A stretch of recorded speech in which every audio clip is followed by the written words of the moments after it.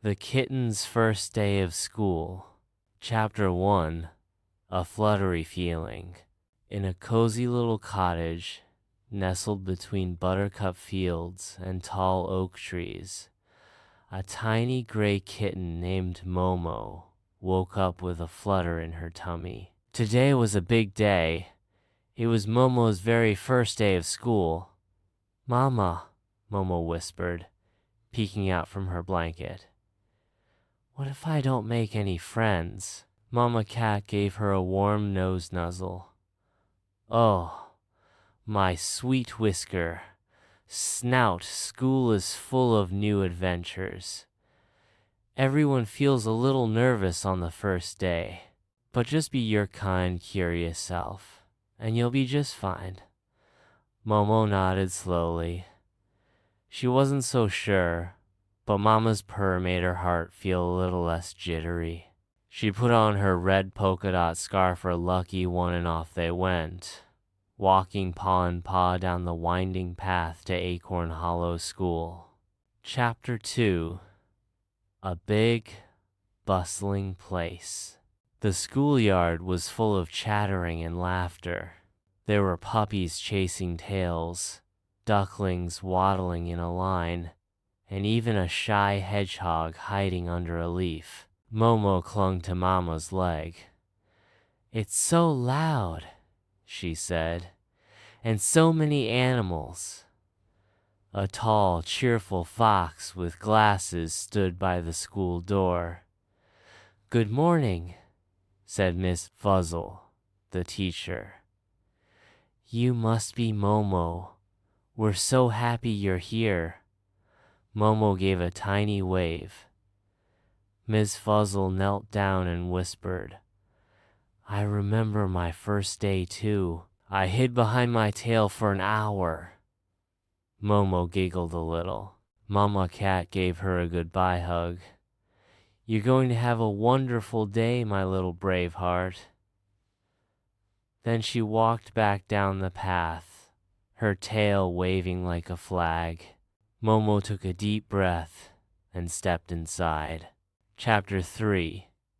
Name Tags and New Faces. Inside the classroom, everything smelled like crayons and cookies. There were tiny desks shaped like mushrooms, cubbies with name labels, and colorful posters of the alphabet with animals. A for alligator, B for bear, C for cat. "Momo," said Miss Fuzzle gently, "would you like to hang up your scarf and pick a cubby?" Momo nodded and chose a cubby with a little sticker of a star. "That's perfect," she thought. "Stars are brave." She looked around. A fluffy bunny with long ears was building a block tower. A squirrel was reading upside down, and a chubby little piglet was humming while drawing. Momo sat quietly, watching. Chapter 4. The Circle Rug. "Okay, friends," said Miss Fuzzle, clapping her paws. "Let's gather on the circle rug." The animals shuffled into a big circle. Momo found a spot next to the piglet, who smiled shyly. "I'm Pip," said the piglet. "Your scarf is nice." "I'm Momo," she said, blushing beneath her fur. "Thanks." Ms. Fuzzle sang the welcome song, and everyone joined in. "Good morning to you, good morning to me, good morning to everyone, as happy as can be." Then they each said their name and favorite snack. Momo hesitated, but finally said, "I'm Momo, and I love tuna toast." Some of the others giggled. "That sounds yummy," said a duckling. Momo smiled wide. Maybe this wasn't so scary after all. Chapter 5. Tumbles and Triumphs. Next came art time. Momo loved drawing at home, But today her paw felt shaky. She wanted to draw her family, but her crayon slipped, and she made a big smudge across Mama Cat's tail. "Oh no," she whispered. Pip peeked over. "It's okay. You can turn it into a rainbow tail." Momo stared. "That's a good idea." She added colorful stripes to the smudge, and suddenly, Mama Cat had the most magical tail ever. Later, during playtime, Momo tried the slide, but halfway up the ladder, she froze. "It's too high," she whispered. Miss Fuzzle noticed and gently stood beside her. "You don't have to go all the way up. Just try one step at a time."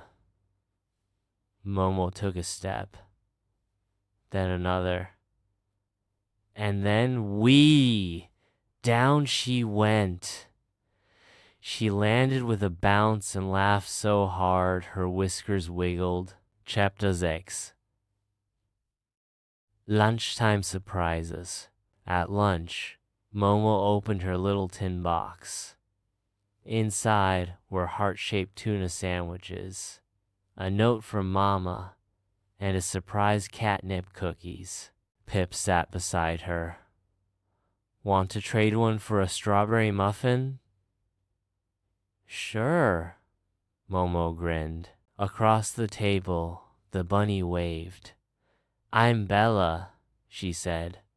"Want to sit with us tomorrow, too?" Momo nodded happily. "Yes, please." Chapter 7. A little bit of magic. After lunch came story time. Miss Fuzzle read a book about a dragon who was afraid to roar. Momo listened with wide eyes. At the end, Miss Fuzzle said, the dragon roared so proudly, it made the stars sparkle. Momo whispered, "Just like me going down the slide." "Yes," said Pip. "You roared in your own way." Before home time, they all made first day stars paper stars, with one thing they were proud of. Momo's star said, "I made a friend and went down the slide." Miss Fuzzle smiled. "That's a perfect first day star." Chapter 8. Back to Mama.